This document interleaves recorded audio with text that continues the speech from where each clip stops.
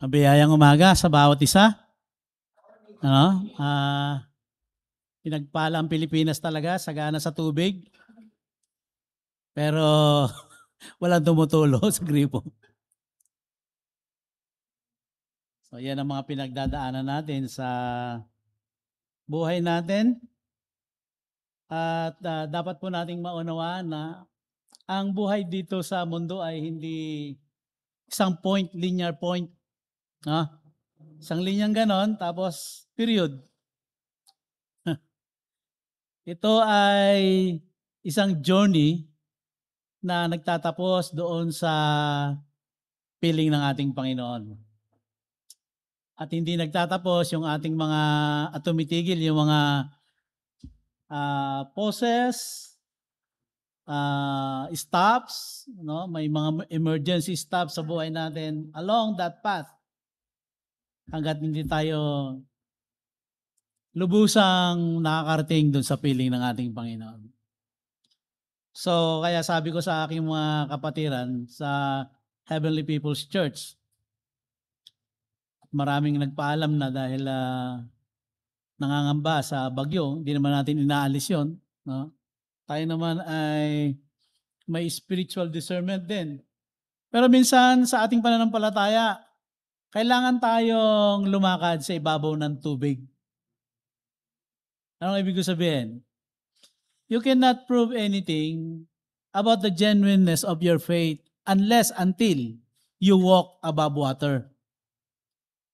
Subukin natin, kaya ako tinulungan ng Panginoon, kaya ako nagkaroon ng kalakasan, ay dahil nasubok ako sa gitna ng ng unos, ng mga suliranin. Kaya may katuwaan dahil dumaan tayo sa... So, kailangan nating maramdaman yon, and we are not exempted kasi yun ay sabi sa James, di ba? Be joyful dun sa mga trials, adversities, difficulties, o temptations na dumarating sa ating buhay. Sabagat it brings us into perfection. At yung mga bagay na yon ay hindi dapat natin iwasan. Kilalanin natin. Sabi nga God is always in control sa lahat ng situation. So dito po sa talatang binigay sa akin ng ating kapatid na si Ira, ay binigay sa akin yung Exodus chapter 15 verse 11, at itong ang text na binasa natin sa Isaiah. Now, bago tayo dumako sa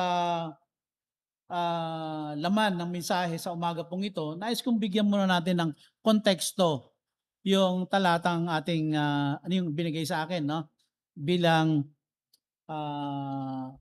mensahe sa umaga pong ito. Yung Exodus chapter 15 verse 11 ito ay bahagi ng victory song ni Moses. At ng mga Israelites, matapos silang, sabihin natin, dumaan, no? Kagaya ng sinasabi ko kanina, no? Mga pagsubok sa kanilang buhay, no? And during that time, when God miraculously delivered them from the great army of Pharaoh, umabot sila hanggang sa Red Sea, no? At tingin ng mga Israelites ay, dinala tayo rito, may hadlang, hindi naman tayo makakatuloy, no? Sa tunay na protection. Pero pinakita talaga ng Diyos na anumang lalim at lawak ng hadlang sa kalooban ng Panginoon, pag tayo ay may pananampalataya, tutunawin niya yan, hahatiin niya, at gano'n nga nangyari, di ba? Yung parting of the Red Sea. And so, this song is a part of that victory song. At dumating nga yung punto na kahit yung kapatid ni Moses, sino yun? Yung babae. Si Miriam, nagsayaw. Nagkaroon ng praise and worship. Kasama ng mga worship team. And this verse exalts God's uniqueness. Makikita natin dito yung kaibahan niya sa lahat ng Diyos. Makikita natin yung overall, no, encompassing attribute ng Panginoon, His holiness. at yung kapangyarihan niya in response doon sa lahat ng dakilang gawain niya.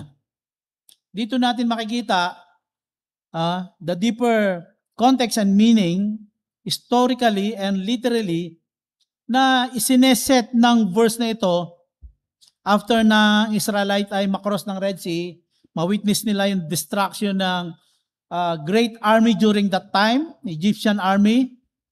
Okay, pinapakita dito yung layunin ng pag-awit ni Moses at ng mga Israelite, expressing their awe, their gratitude, and worship, acknowledging that there is no other God apart from their God.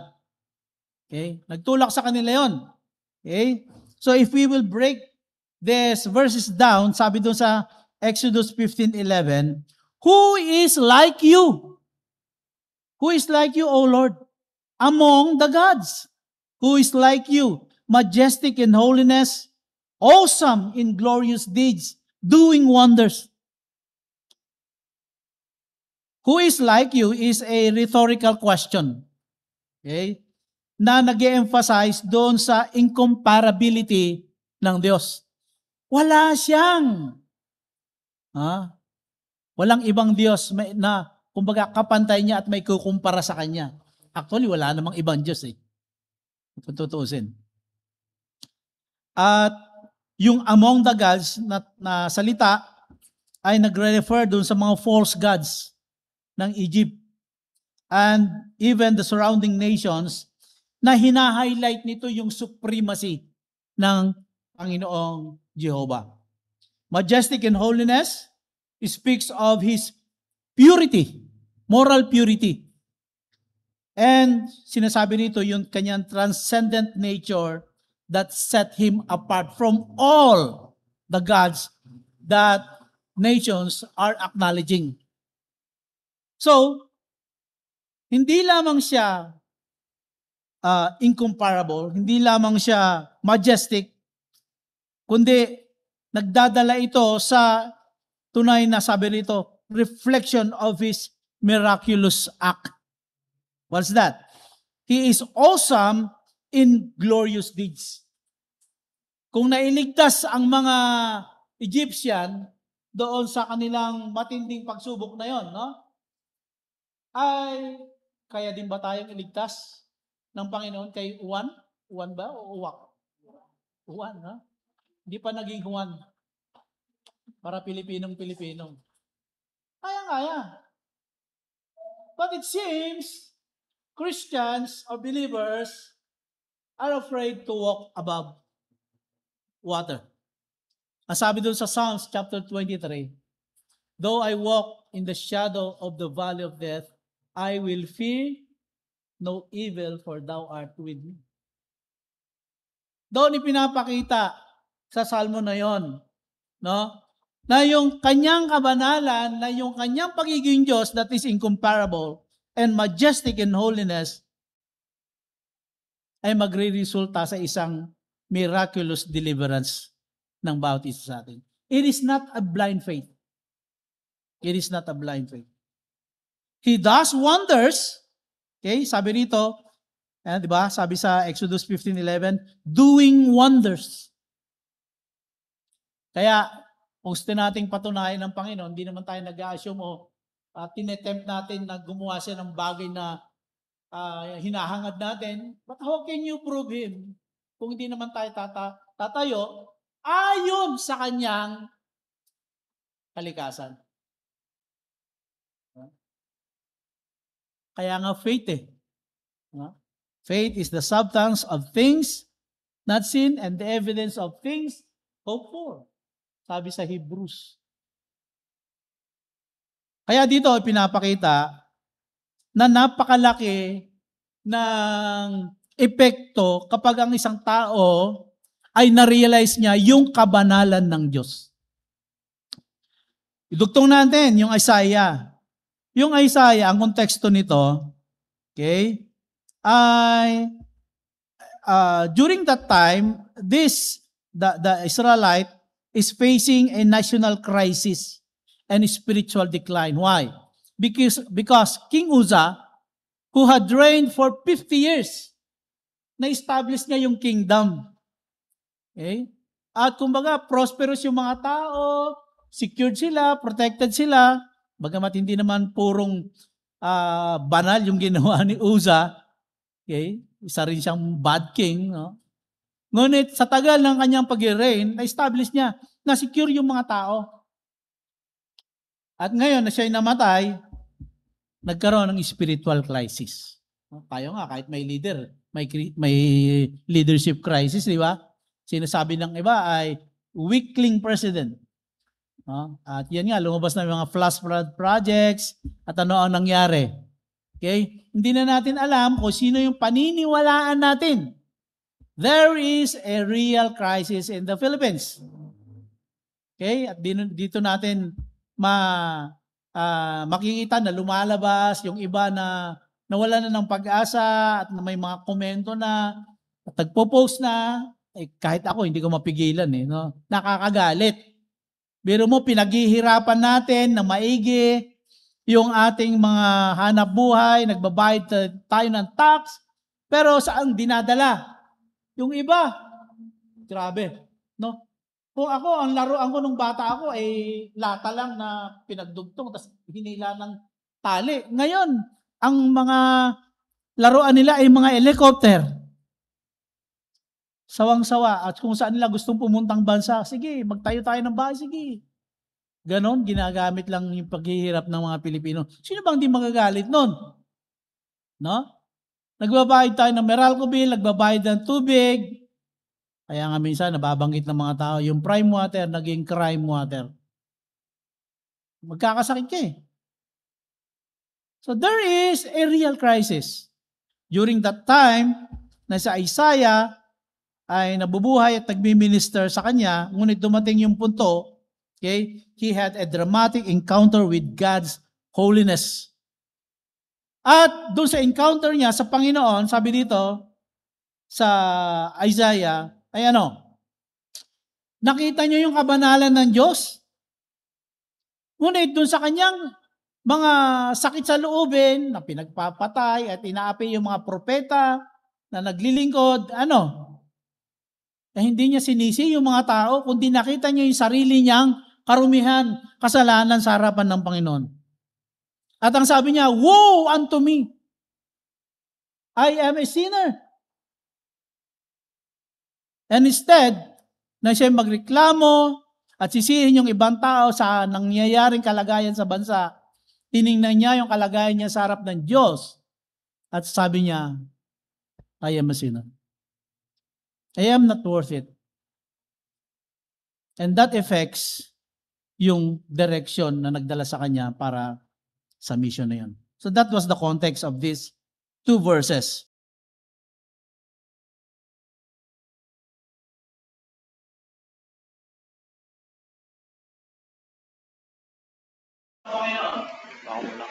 Lahat ng kanyang kalikasan, yung kanyang kabanalan lamang ang encompassing sa lahat ng kanyang attributes. Walang ibang attributes ng Panginoon na 3 beses na binanggit. Diba? Yung holiness. Ano binanggit doon ng mga anghel na makita ni Isaiah? Okay, yung trono, sabi niya, holy, holy, holy. May nabasa pa kayo sa Biblia na nagsabi, love, love, love. May nabasa ba tayo sa Biblia na nagsabi, mercy, mercy, mercy. Yung kabanalan lamang ng Panginoon ang inulit ng 3 beses that speaks of His great kind of attribute. Diba? Kaya nga, kung may pag-ibig ka, pero yung pag-ibig mo ay walang halong kabanalan, that's insanity. Baliw yung pag-ibig. Kasi service yun Kaya dapat yung pag-ibig natin hinahaluan na kabanalan ayon sa salita ng Panginoon. Kaya gano'n-gano'n na lang sabi ng mga huwag kayo makipamatok sa hindi mananampalataya. Why? Because love that is not of God is pakipamatok. sa kalaban, sa diablo. No? Sa diablo. Ganun-ganun na lamang yung kabanalan ng Panginoon that it all encompasses all His attributes. Banal na pag-ibig, banal na justice, holy mercy, at lahat ng bagay na yun. Okay? So, good morning again, beloved FBCF. Today, we are going to a journey into the heart of one of God's most profound attributes, His holiness. Dito sa mundo natin na ibinababa ang kabanalan ng Diyos, ibinababa ang standard ng kabanalan ng pagsamba sa Kanya, ibinababa yung standard ng pag-awit sa Kanya, at ibinababa yung uri ng pamumuhay na ayon sa Kanya. Kailangan natin ulit tuklasin ang katotohanan, kamangha-mangha na ang okay. Maganda yung awitin, How Great Thou Art. Di ba? Meron pang isa yung kinakanta yung worship in His holiness. Di ba?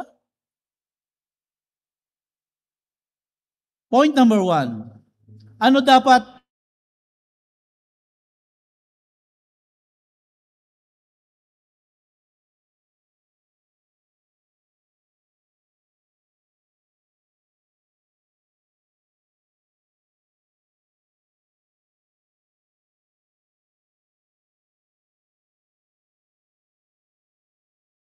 kakaibang kalikasan niya?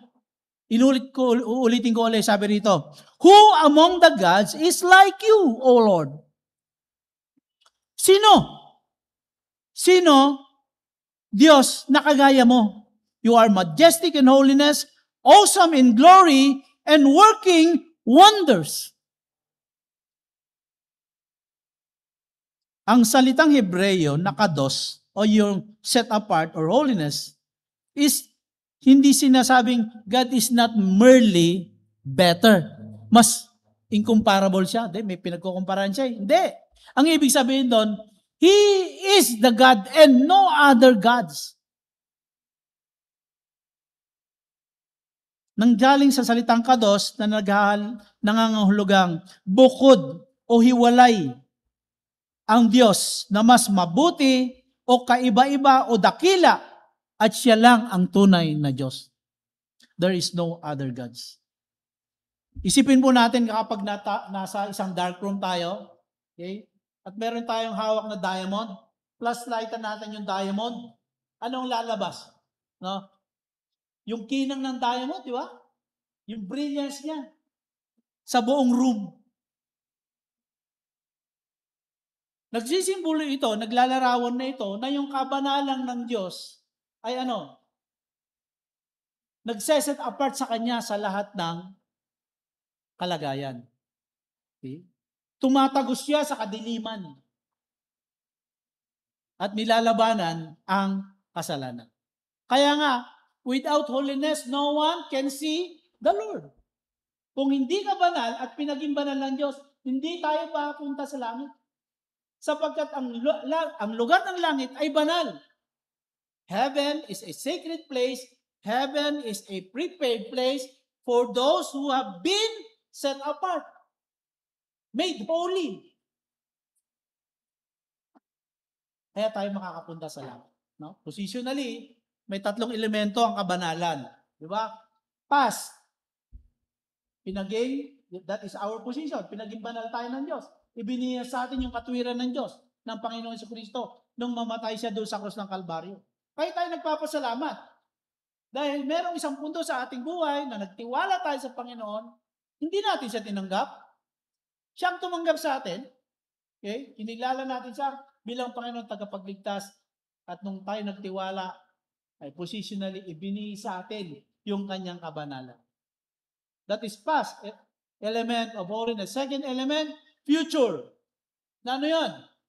Sinasabi ng iba, glorification ito. Pero yung sanctification natin papunta doon. No? Kaya sabi ko sa Romans chapter 8, nothing can separate us from the love of God. No? So, kaya lang yung iba ginagamit na lisensya na hindi naman ako mawawala sa kaligtasan. Wala ako ng mga pasaway na moves. No, may mga pasaway na moves yung iba eh. So, wala makakapaghiwalay sa atin sa pag-ibig ng Diyos. Pero merong pangatlong elemento ng kabanalan. Yun yung tinatawag na practical holiness. Present. Past, present, future. Ang problema natin yung present. Kaya sabi ni Apostol Pablo sa Philippians, work out your faith with fear and trembling. No? Yung workout na salita doon ay parang gym term. Na pag-work ka, palalabasin mo yung muscles mo. No? Mag-exert ka ng effort. It's just like what? Going to a trail, hiking, mountaineering, naaakyat ka sa matarik. No? Na parte ng bundok, at yun, nag-labor ka doon talaga na umakyat. Anong mas madali? Bumaba o umakyat? Umakyat, di ba? Kasi with all the forces, mahirap.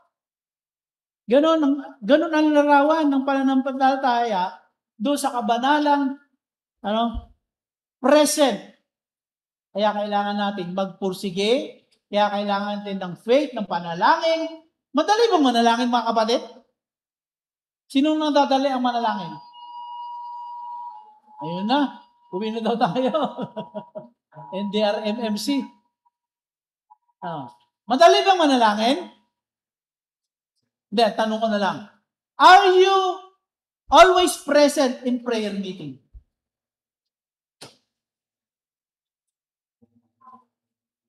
Mahirap, di ba? Minsan, pag nananalangin ka, daming dumarating.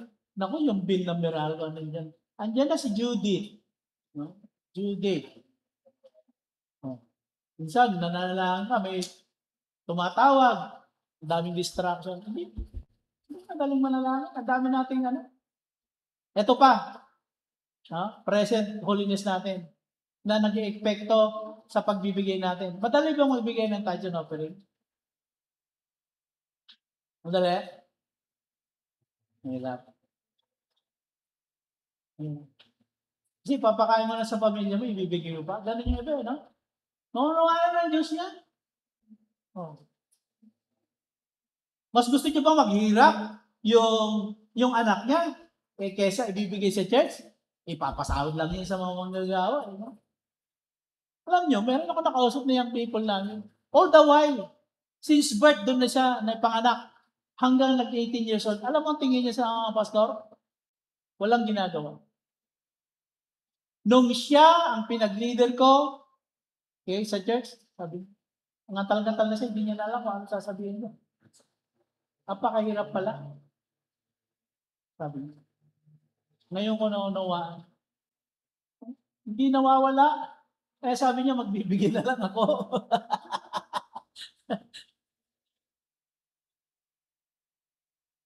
Alam niyo, sa Old Testament, pag yung pare, masama yung kanyang loob na pumasok sa templo, hindi na makakalabas yun ng buhay. Ihilahin na lang siya, nakatanig na lang yung paa niya. Ganon, mga kapatid. Yung pagpupursige sa kabanalan, hindi basta-basta magsalita, wala ka sa wisyo, okay? Nililid mo sa deception at walang kausayan yung sinasabi mo, mas malaki yung accountability. Okay? Kaya, yung ating kabanalan, kapag na-encounter talaga natin yung kabanalan ng Diyos, ay ganun-ganun na lamang yung magiging epekto nito. Okay? Tumatagos, nilalabanan ng kasalanan. Kaya nakakapumuhay tayo ng may katarungan at kasigasigan sa paglilingkod natin sa Panginoon. This encounter of Moses and Isaiah, okay, resulted in an encounter that made them realize na hindi dapat sila maging pabaya sa kanilang pananampalataya. We should not approach and we must not approach God casually. Yan sinasabi ko, no? Sorry I'm not pointing to anyone. Sa church lang namin kasi kilala ko sila. Pag sinabi lang, pasensya na po kayo, mag-special number ako, pakinggan nyo na lamang yung mensahe, huwag yung boses ko. Hindi pwedeng gano'n. Kapag tayo ay umawit sa Panginoon in a worshipful, holiness kind of manner, dapat yan pinapractice maigi. At maayos. Diba? Umating kayo ng concert at yung singer ay sintonadong kumanta. Sigurado yun, iriripan nyo yung ticket nyo. Di ba? Ganun din sa Panginoon. Kapag tayo ay naglingkod, kapag tayo ay nagbigay, hindi dapat ito approach ng casual kind of approach. Hindi kasi entertainment ang paglilingkod sa Panginoon. Okay? Worship is not entertainment. It is a response to that divine majesty. Kalagayan ng ating Panginoon. Ang pagsamba ay hindi libangan. Ito ay tugon sa kanyang kadakilaan. At yun ang nangyari kay Isaiah at kay Moses. No? Gumawa ang Diyos ng mga dakilang bagay sa kanila, sila iniligtas. Si Isaiah, nakita ang trono ng Panginoon at ang naging resulta sa kanila is a worshipful, divine kind of experience.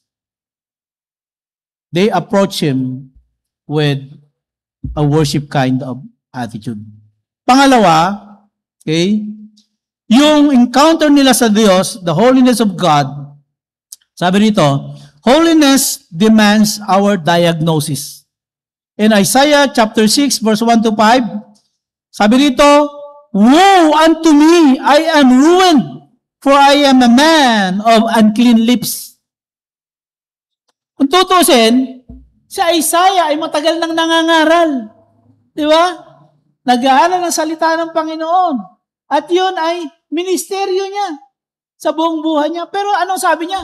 Ako pa rin ay makasalanan. Woe unto me! Hindi siya nagmalaki na siya ay pastor o propeta.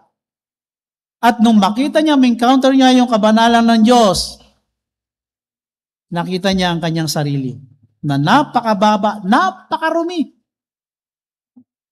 At ito dapat ang maging epekto sa atin if we realize the holiness of God in our lives. It demands self-diagnosis.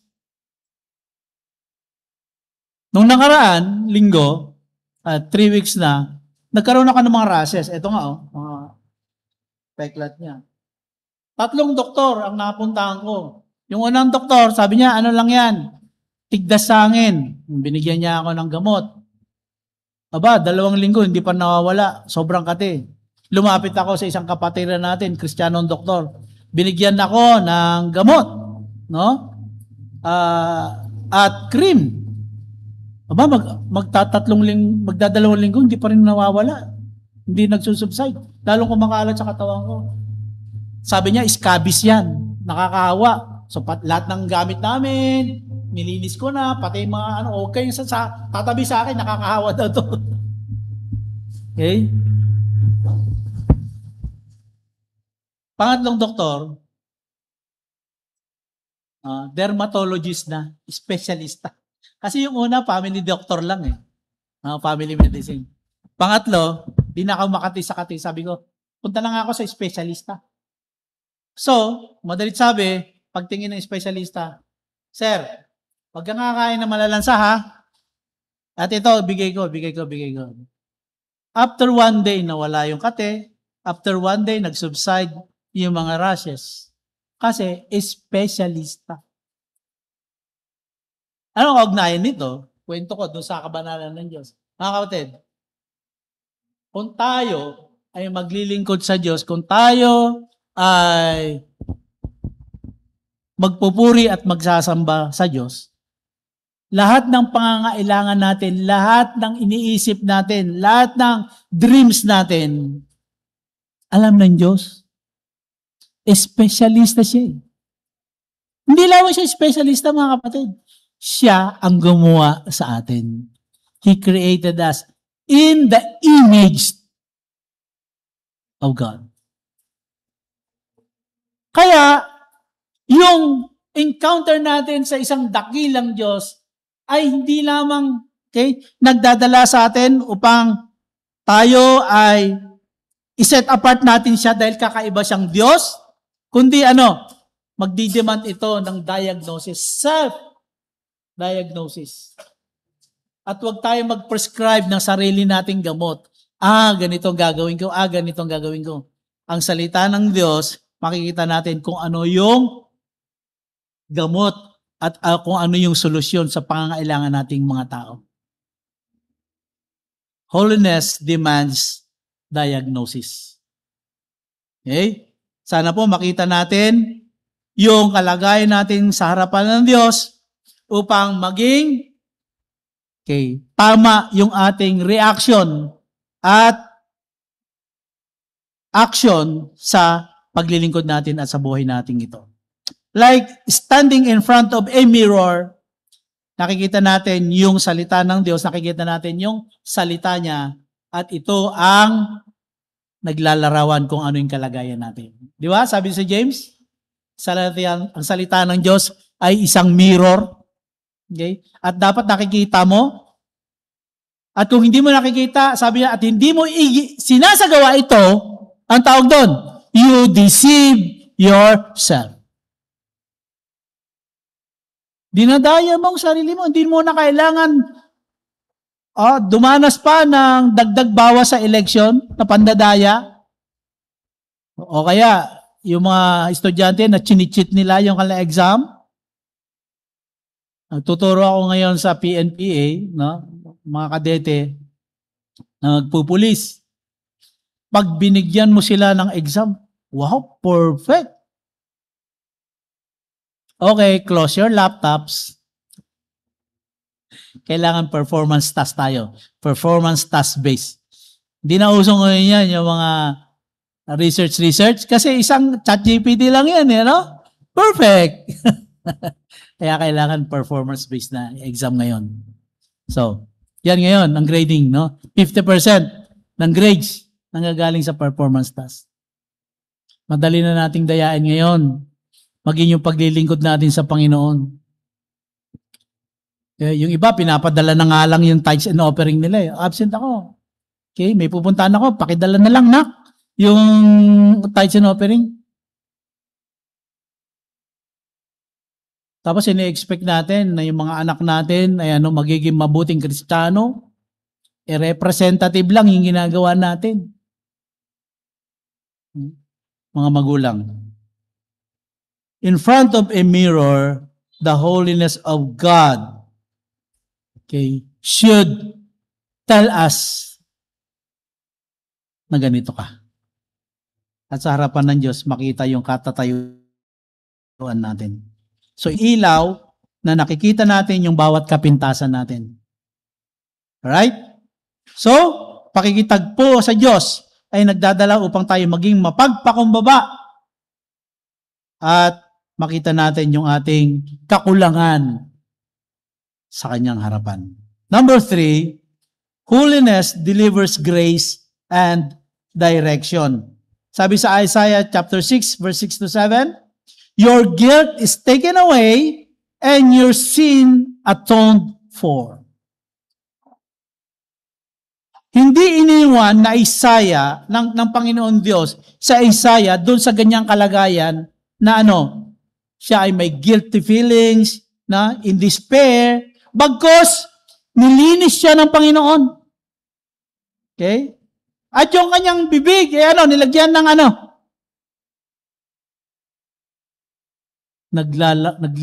naglalagablab, umaapoy na bato upang malinis ito.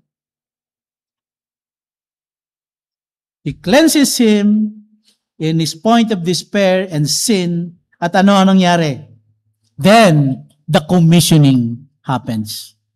Alam niyo po, tayo ay hindi lamang nilinis ng Diyos, iniligtas, kundi God saved us for us to serve. Niligtas tayo ng Panginoon para maglingkod. And that is the point of or effect of encountering God. Dapat meron tayong direction. At ang direction na yon ay ano? Hindi lamang paghahatol sa ating kasalanan, kundi nagpapagaling para tayo ay maglingkod. Para tayo ay maglingkod. If you have been cleansed, mga kapatid, if you have been healed, if you have been saved by God, and I hope so, lahat tayo rito ay sigurado na may kaligtasan. Amen ba? Pakitas nga po yung kamay. Yung tiyak at siguradong pupunta sa langit. Huwag na kayo mahiya. Sisirang kayo ni Brother Ayla.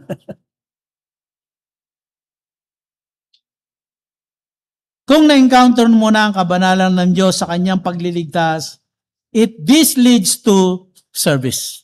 This leads to mission.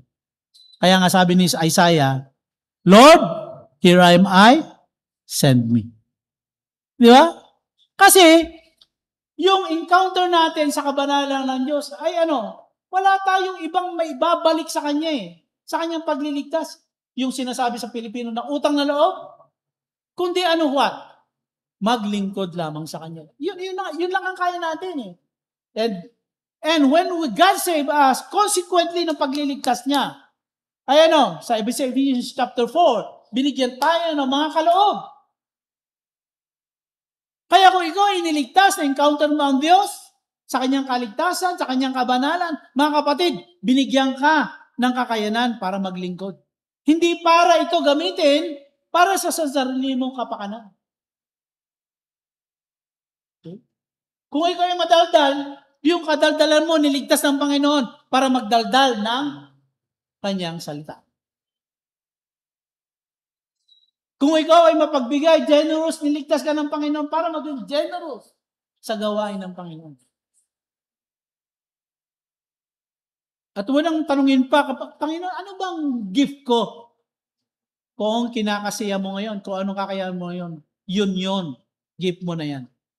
Okay? Masakaya kang ginagawa yun. Diba? Meron isang manggagawa, sabi niya, Pastor, hindi na ako nagbibisita sa mga member. Hindi niya gift yung magbisita So, ang sinasabi niya, nagpipray ako. Pinagpipray ko sila. Diba? Pipray. Pag-pray mo. Alam niyo ba ang tawag ng Panginoon sa kanyang simbahan? Hindi man First Baptist Church Hindi Heavenly People's Church. My house is a house of prayer. Nakakalungkot yung prayer meeting natin, Sabi ng Panginoon, my house is a house of prayer. So, encounter with the Holy God directs us to serve Him. Mga kapatid, anong ibig sabihin nito? Isa lang naman tinutukoy dito The absence of the clear understanding of God's holiness is the reason bakit mababaw yung Christian life ng mga mananampalataya. Ulitin ko. The absence of the clear understanding of God's holiness is the reason of our shallowness. It is the reason of our impotence of not sharing the gospel. Ilang taon na tayong mananampalataya? At ilang beses na, ilang tao na ang nashare natin ng gospel? Or even, nabigyan ng tracts, naabutan ng tracts?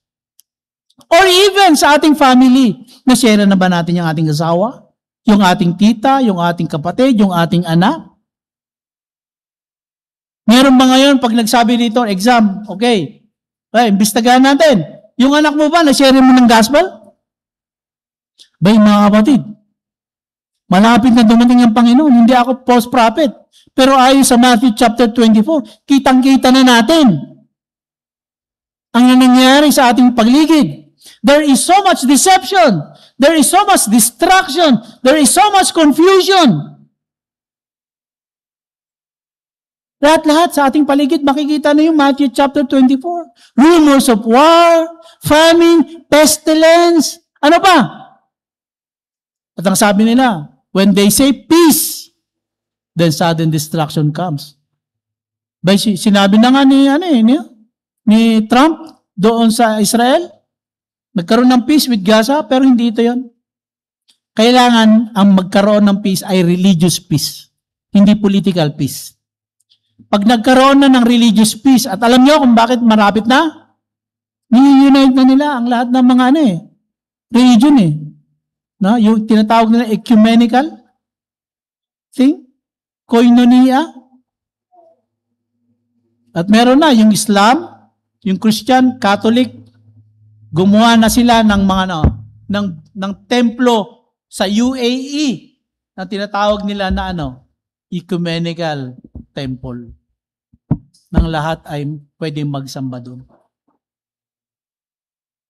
Militarily, malapit na rin, no? One world military power, one world government. Sino nagpapatakbo ng gobyerno ng buong mundo ngayon? Halos United Nations na Okay. Yung ICC na yan, testing lang yan para sa sovereignty ng isang bansa. Sinuko na nga ng Pilipinas yung sovereignty natin in our justice kind of system. Di ba? Testing yan. Si Duterte. At si Bato de la Rosa, uhuli na uli. Pagsuko ng soberenya ng isang bansa, testing yan. At ganun nga ginagawa kay Netanyahu, no? Sa Israel. No? Yung si ministry ng Prime Minister ng Turkey, si Erdogan, di ba? Kinasuhan niya at huhulihin yung mga ilang generals at Prime Minister ng Israel. Testing yan ng sovereignty ng isang bansa. Papunta na tayo doon. Economically, nandun na tayo. Sabi nila, hindi. Nung sinuko mo yung GCash mo at sabi mo, kailangan mo ng biometric identification, naibigay mo na yung biometric mo. Pero hindi pa yan 666. Hindi pa yan tatakan.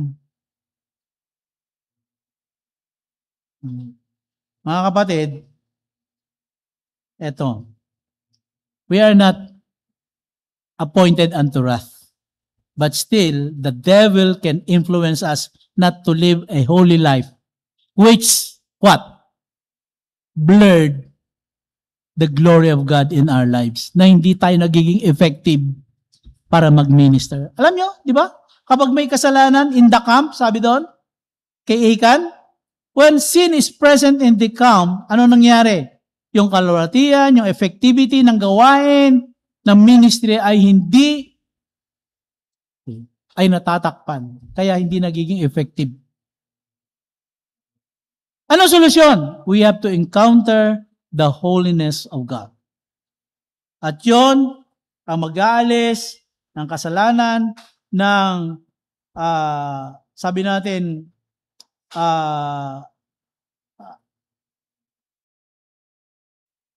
ayun, naglo-loading.